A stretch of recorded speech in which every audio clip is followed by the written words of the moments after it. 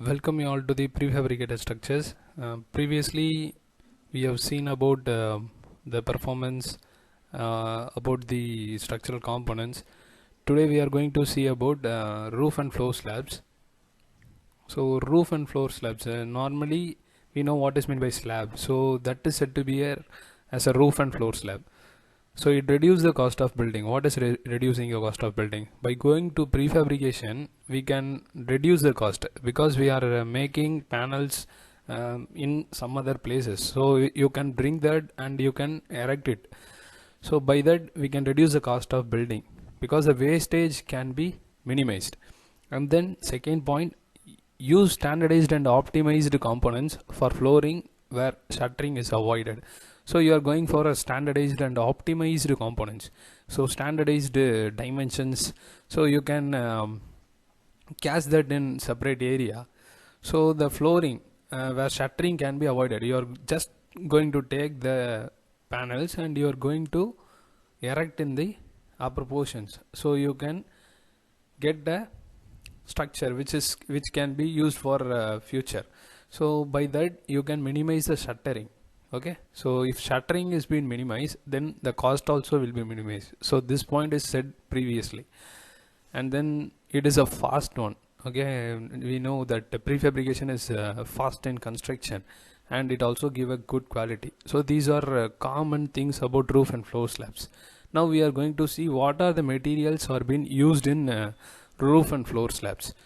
So first we are seeing RC planks. So we know what is meant by planks. We have seen in the first lecture of this unit. So here I have given the thickness and width. So we know what is meant by planks. So planks is an horizontal member with some dimension. It has been placed upper portion of joist. So you can know that joist is a secondary beam. So planks is an horizontal member. So horizontal structural component, it has some dimensions. So here they have given the dimensions. Its thickness may vary from 3 centimeter to 6 centimeter maximum. Okay, so the thickness of the slab will be 3 centimeter to 6 centimeter, while the width also varies depend upon the site conditions. It you can get from 30 centimeter or also maximum up to 150 centimeter. So these are the two important points while you go for RC planks, because it is the dimension deciding factor. And then you are going to place RC planks to the RC joist. So there will be a gap at least of 3 centimeter. So this will be filled with side concrete. Okay. So this is about RC plank.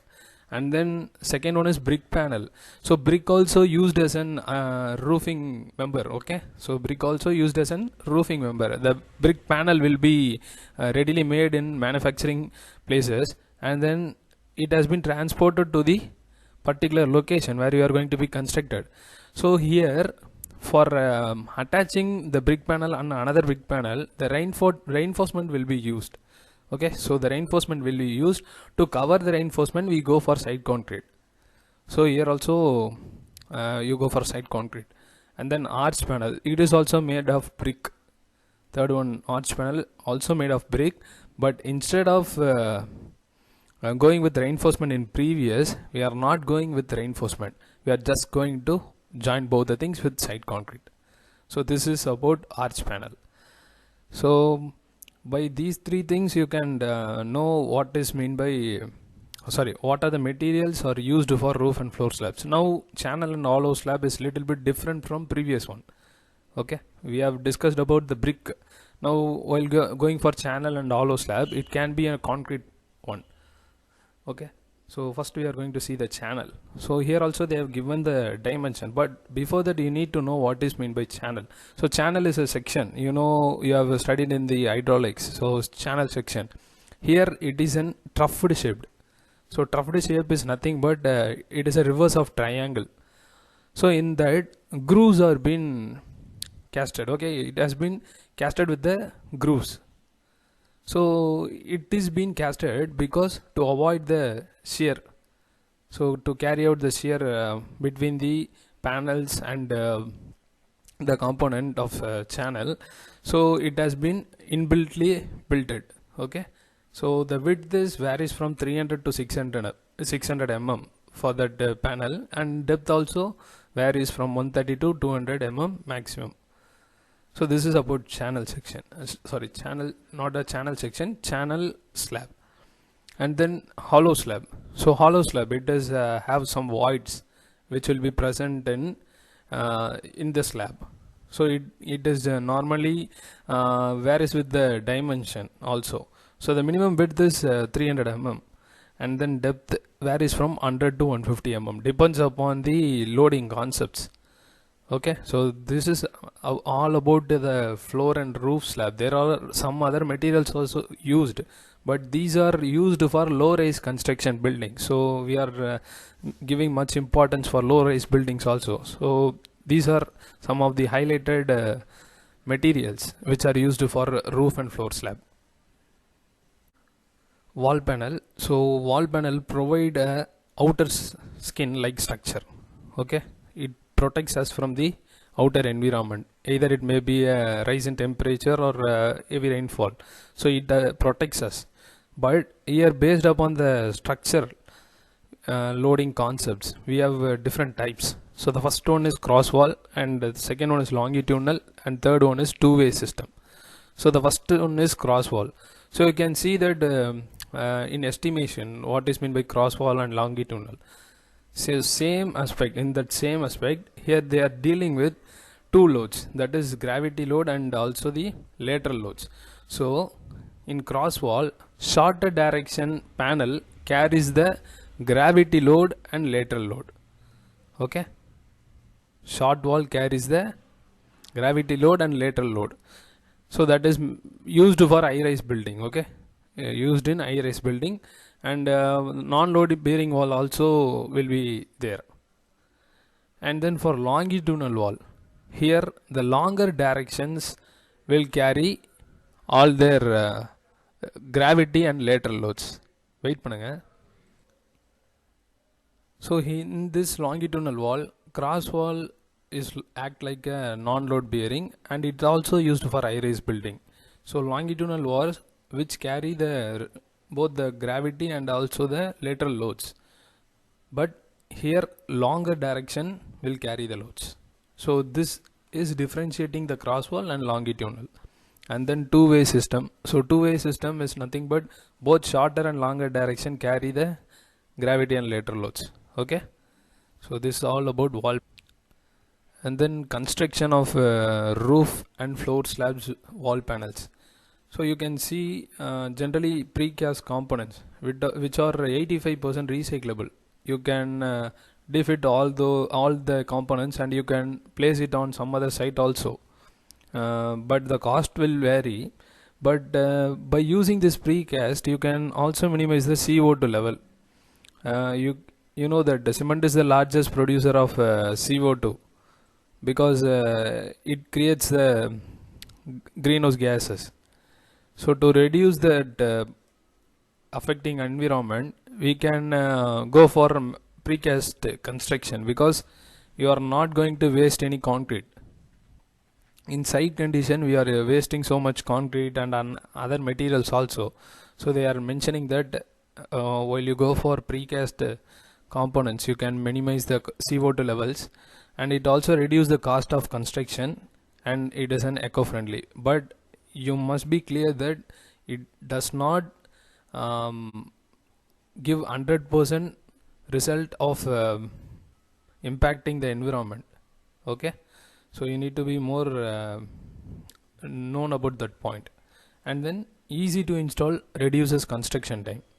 This is we know about prefabrication, so it is easy to install, and it reduces the construction time also. Third one is stronger than cast in situ structure, and it can be pre-stressed or post-stress, is increase its performance, longer life of structure. So while comparing with the cast in situ structures, normal construction, it is stronger. Prefabrication is stronger. So the performance has been improved, and it can be either pre-stressed or post-stressed also. And by using this precast construction, you can save reinforcement also. Normally the reinforcement on bar is 40 feet. while you are going to plan for a column, it is 10 feet. Okay, normally we can go for 10 feet, but due to the overlapping condition we cut for 12 feet also. So remaining bars will go for wastage, but here it can be used for manufacturing other structural elements. So by that you can minimize the reinforcement wastage also. So these are some of the advantages of precast. And then it can be manufactured in mechanized centralized production. You know that we are going to make the components in production areas, which is said to be manufacturing sites. So this is called as centralized production. You can get a variety of shapes and sizes also.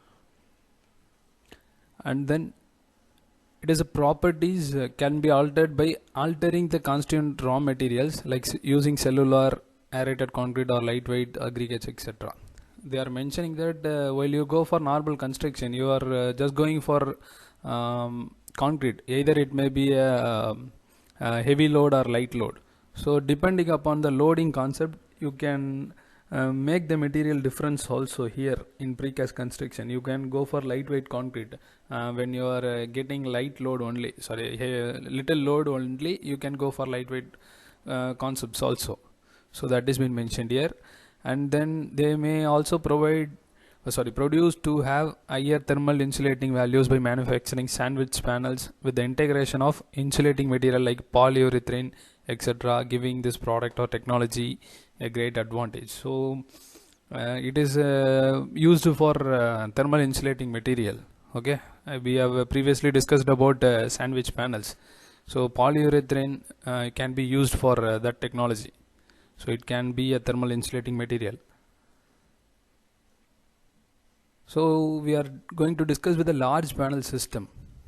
So large panel, by the name itself you can understand what does mean that. So here it is a panel which in a large size. By that systematic process we are going to complete a building. So that is said to be a large panel system.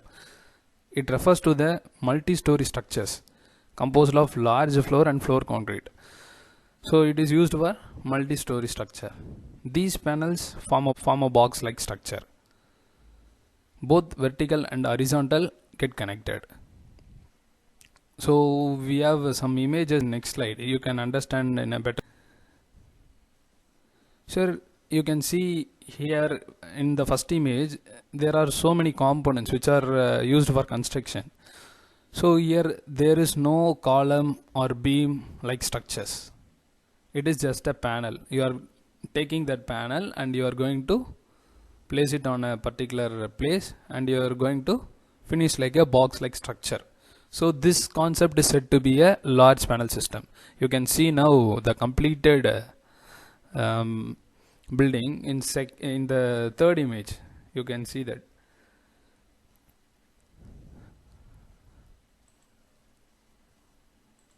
So you can see the crane is lifting here some panel. Here also the panel is being fixed. So it gives a box like structure without a column or beam. So it is used for multi-story buildings. So this concept is said to be large panel system. Okay. And at last we are going to discuss about the frame system. So frame system is nothing but it is like normal construction which are doing nowadays. So we are generally constructing a frame like building only, beam, column, and then we are going to provide the wall construction, so the building get finished. So this is normal construction. Same way we are going in a components like linear elements, so that are said to be beam columns. Okay, the beams are seated on corbels of the pillars, usually with the hinged joints. So rigid connection is also an option. Okay, joints are filled with side concrete. Okay, because you can see here in the first image we are placing beam and column, but the joint place is been not properly sealed. So here in this place you can go for side concrete. So the reinforcement will be welded and it can be side concreted. So by this you can get a structure like this. In second image you can see you can get a structure like this. After this you can go for brick work, and then you can finish the building. So this type of system is said to be frame system. Okay.